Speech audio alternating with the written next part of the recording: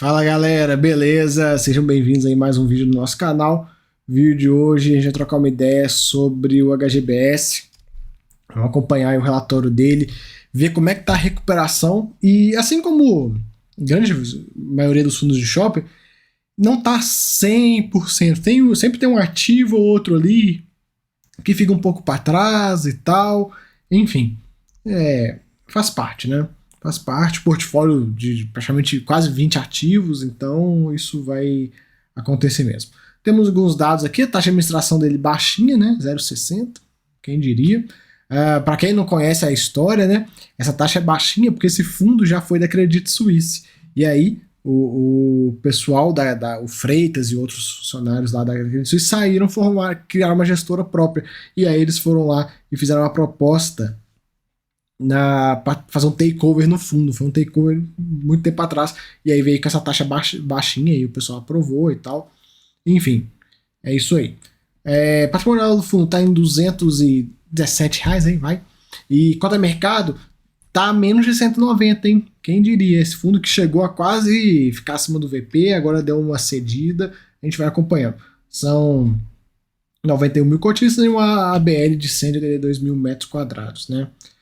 No comentário macro, eu não vou passar por tudo não, viu galera? Quem quiser dar uma lida, eu marquei os pontos que eu achei mais importantes, mas o grande ponto que eu vejo, pra gente resumir tudo de forma bem rápida e focar no que importa, que é o fundo, é o seguinte: é um cenário de, digamos, aflição e preocupação do gestor. Eu vejo o principal esse. O principal ponto é esse: o gestor está meio preocupado, meio aflito e tal, né? São várias incertezas. Eu vou até passar aqui, ó. Aí vocês pausam o vídeo e dá uma lida, porque não vou ficar muito batendo nessa tecla, não. Vamos focar no fundo, até porque isso é muita visão do gestor e tudo, né?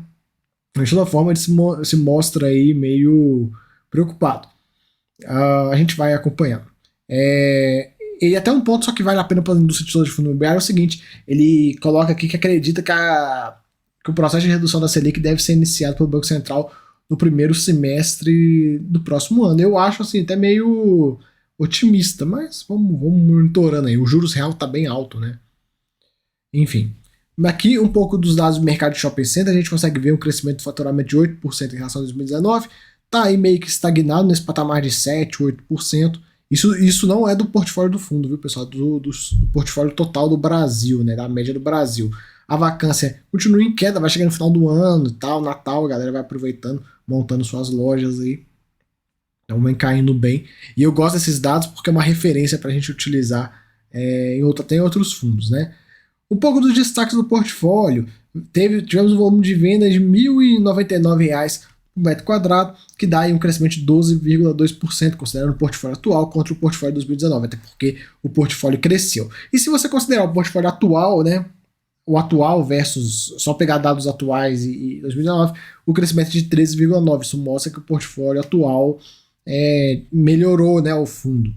A vacância teve uma redução de 0,5% no mês, e o NOI teve um crescimento de 13,1%, muito bom. Aqui tem um resumidão dos shoppings, a gente vai passar de forma um pouco melhor mais à frente. Eu acho até melhor da gente olhar com mais calma e tudo. Tem um ou outro ativo aqui que está negativo ainda. A gente vê, por exemplo, vendas. Goiabeiras, que já é sabido da gente que é um problema aí para o fundo. O Santana e o West Plaza.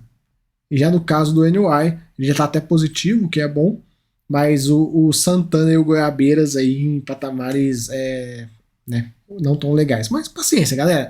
É um portfólio muito diversificado e tal, vai acontecer. Outro ponto, outro grande acontecimento do mês foi a questão do ABCP. O HGBS é cotiza do ABCP. E aí deu um rolo todo lá nessa questão do ABCP, um rolo que tem mais de ano, né?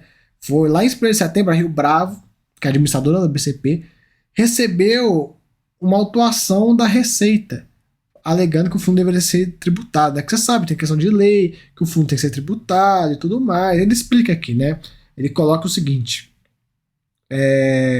tem um cotista com participação de mais de 25% das cotas do fundo e tal, e esse cotista ele foi consultor ou sócio e tal, enfim. Deu merda. Deu merda. E aí que a Red, junto com a Rio Bravo, né? A Red chegou lá para Rio Bravo para resolver o problema. Eles estão propondo a cisão do fundo. Então o que eles vão fazer? Vão dividir o fundo em dois, sendo que uma parte vai ficar com os cotistas pessoa física e a outra parte vai ficar com esse cotista institucional que tem 25% das cotas. Dessa forma, eles acham que é a melhor maneira de resolver o problema aí do ABCP e livrar os cotistas dessa questão toda. Acontece, né, galera? Acontece. O ponto principal dessa situação para mim é mais uma situação onde, além do problema, eu quero saber o seguinte: quem foi o culpado? Foi a Rio Bravo que foi o culpado? A Rio Bravo que fez a cagada? Quem que foi? Foi o administrador que fez a cagada? Quem é o culpado? Quem que não fez a distribuição do jeito que deveria fazer? Por quê? Porque tem que ter um culpado, galera. Isso aqui é prejuízo para os cotistas, né? Essa questão tem que fazer a cisão e tal. Se o negócio não for para frente, aí tem uma multa recente, se não me engano, são 50 milhões de reais. Eu não lembro o valor exato. Mas enfim, imagina se esse negócio der errado, a cisão der errado e tal, e aí o fundo tem que ficar sem distribuir para pagar essa multa. Aí eu te pergunto, de quem é a culpa? Porque se a culpa foi de um lado operacional, seja da gestora quanto do administrador, né? Quem tem que bancar essa questão não é o cotista, são eles. Então tem que pegar lá, a culpa foi do administrador, a culpa foi da Rio Bravo, a culpa foi de, enfim, de quem for o culpado, tem que arcar com essa questão, não os cotistas do fundo. Então vamos acompanhar, eu espero aí que essa questão, essa cisão venha acontecer e aí resolva o problema. E eu espero também que depois da cisão acontecer, que a Red vai, ó, abocanha esse fundo, tira a Rio Bravo, bota a Red lá e acabou, acho que, né, já foi, né? Já deu, até porque foi uma dor de cabeça. O pessoal que conhece a história, eu nem entro muito nesse ponto dessa história, mas basicamente o que dá pra entender da situação foi o seguinte: a Rio Bravo recebeu uma notificação da CVM falando desse problema, a Rio Bravo cagou pra CVM, e a CVM falou, tudo bem, vou mandar pra Receita, mandou pra Receita, a Receita veio e ó, jantou o fundo. Então, como eu falo, alguém tem que ser responsabilizado. A gente precisa começar a cobrar que as pessoas, as instituições, sejam cobradas de forma judicialmente pelos problemas que acontecem em alguns fundos. Claro, existem problemas que são do risco do negócio, vai acontecer, faz parte, uma alavancagem que deu errado, etc. E existe um problema que é no caso desse, porque o cotista, isso não é um risco que o cotista tem que passar. O cotista não tem que passar pelo risco de tipo, olha só, tá entrando nesse fundo aqui, mas pode ser que tenha um cotista com mais de 25% que foi lá incorporador do negócio, e aí vai ter um risco de desenquadramento e eu vou tomar uma multa da Receita. Isso não é um risco que o cotista tem que passar. Quem tem que vigiar esse risco é o administrador e o gestor. E se tiver, vamos imaginar um cenário onde o pessoal se não era assim, né, que era Cirela e tal, tivesse participação de 24%, eles foram lá, começaram a comprar cotas, bateu 25%, bateu 26%, pum, desenquadrou. É obrigação do gestor e do administrador falar, cara, pau para a distribuição, vira pro cara, ó, não dá, né, veja bem, tal, vai ter que pagar imposto e tal, enfim. Alguém tem que ser responsabilizado. Então eu espero aí que depois da resolução desse problema, faça a cisão, resolve o problema e tudo mais, tudo pronto, tudo feito, resolvida a situação, os cotistas não tem nada a ver com essa história e tudo mais, que eles vão atrás, ó, vamos identificar por que aconteceu a situação, quem foi o causador dessa situação, porque aí essa pessoa, instituição, etc., na minha visão, tem que ser responsabilizado. Não dá mais para fundo imobiliário ser um produto onde só o cotista, desculpe a palavra, toma no cu quando dá merda, né? No bom e claro português. Porque é isso que a gente acompanha, pessoal. Como é que é fundo imobiliário? Dá problema, quem se ferra? Cotista. Independente do problema, sempre o cotista que se ferra. Então, cabe a gente agora começar a cobrar, né, do pessoal. Se foi problema administrativo, o problema de governança, tem que ser aí resolver essa situação. Claro, não adianta a gente vir, vamos cobrar aqui porque o fundo fez uma alavancagem e deu errado. Não, isso aí tá no jogo, faz parte do investimento.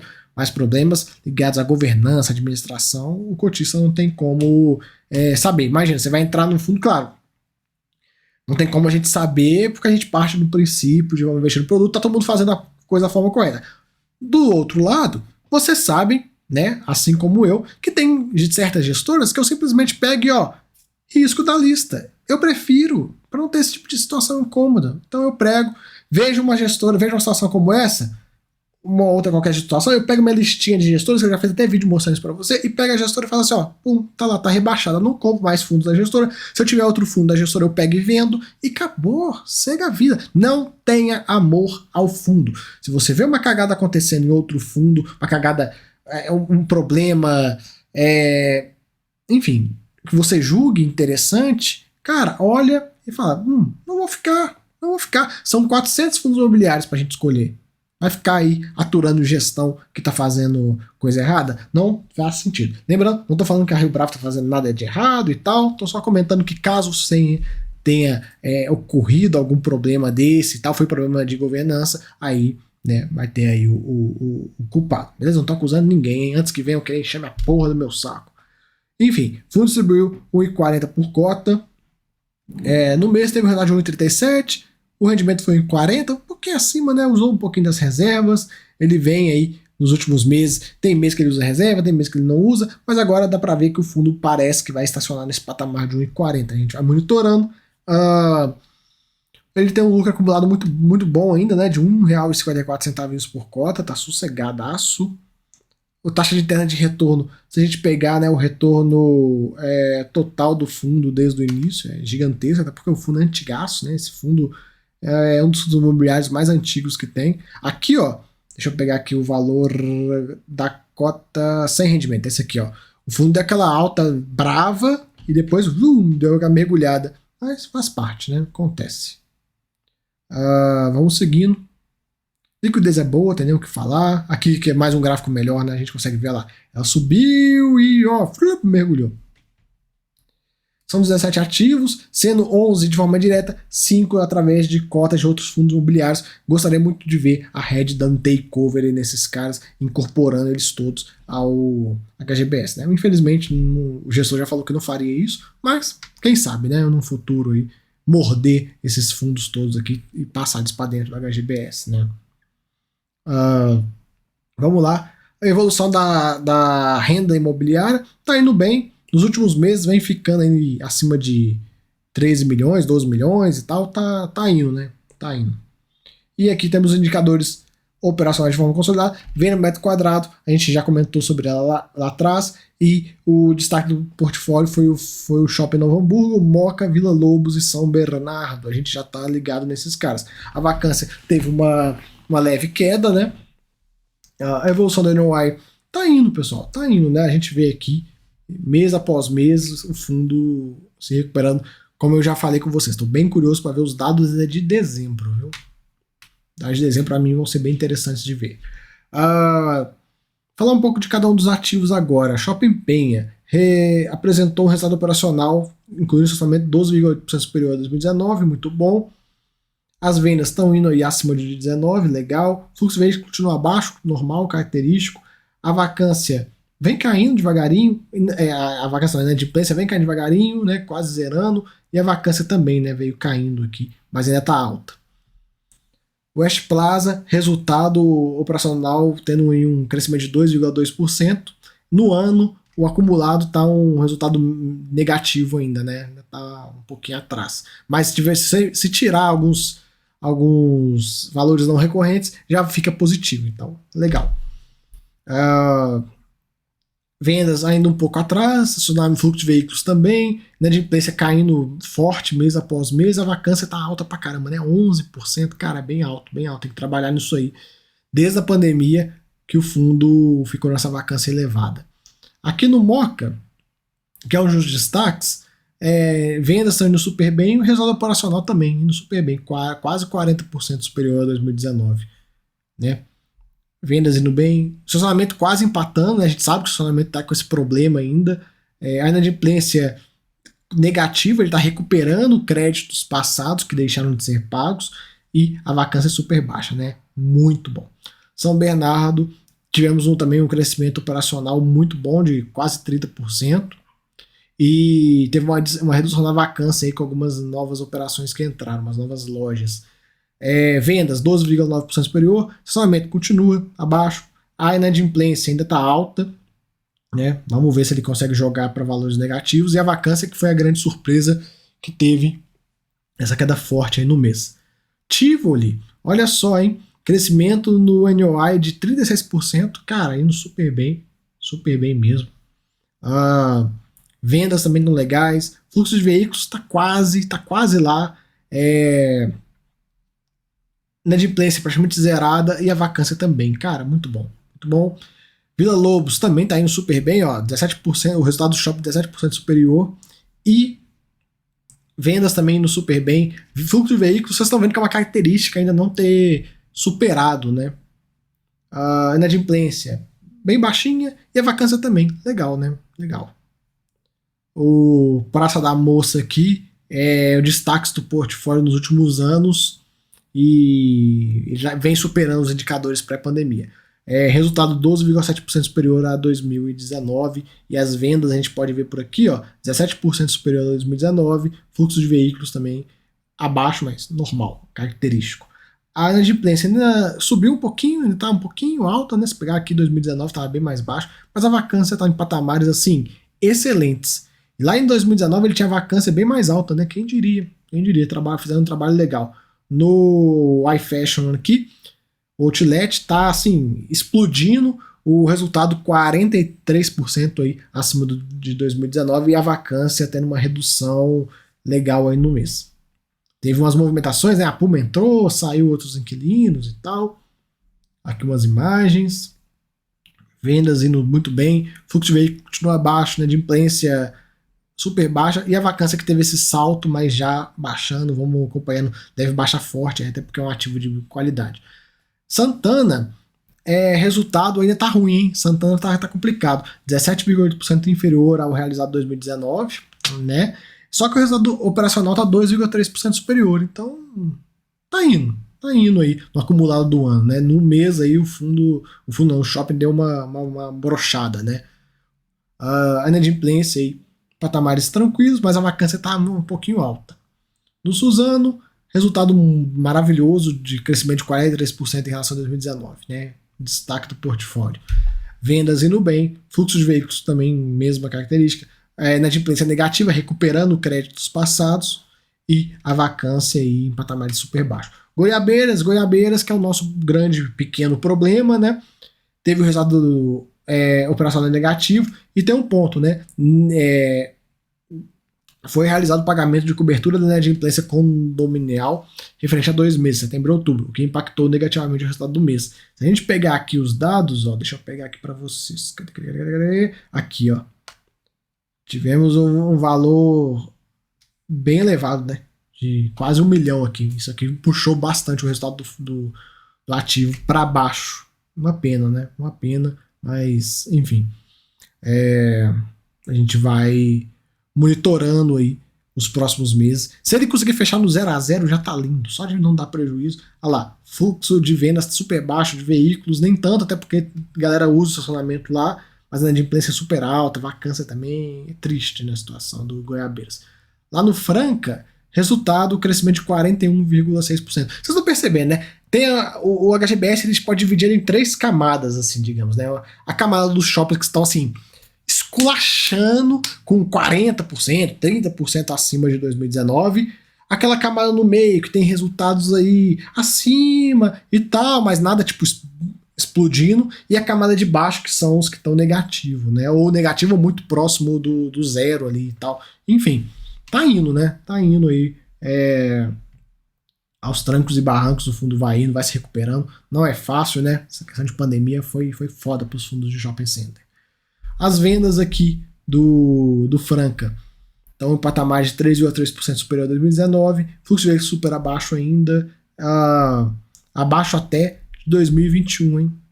Complicado. Vacância praticamente zerada e inadimplência também. E aqui são os ativos que ele tem via cotas de outros fundos imobiliários. Então ele tem o Parque Dom Pedro, tem o Jardim Sul, tem o Floripa e tem o ABCP. Galera, sinceramente, né? Eu vi a Parque aqui. Sinceramente, com a quantidade de participação que ele tem nesses fundos, ele sozinho consegue chamar a Assembleia e praticamente aprovar a incorporação, né? Putz, seria muito bom para a HGBS. Tem que parar com essa coisa de pensar nos outros fundos que se dane. Pega, traz tudo para dentro da HGBS, incorpora, faz o fundo ficar cada vez mais forte e para os ativos, os monoativos aí que ele tem e que vão ser incorporados, paciência, meu galera. O mercado precisa evoluir, a gente precisa se livrar desses monoativos o mais rápido possível, seja incorporando eles a fundos atuais ou fundindo eles né, pega aí 5 shopping centers que são monoativos e vira um fundo só, porque, cara, não dá mais. O mercado em pleno 2023 já, né, a indústria de fundo imobiliário no estágio que está, não dá mais pra ficar tendo monoativo, né, não dá, chega. Enfim, fica aí o vídeo, espero que tenham gostado. Se gostou, não deixe de se inscrever no canal ainda, essa força aí. Valeu, até a próxima, fui!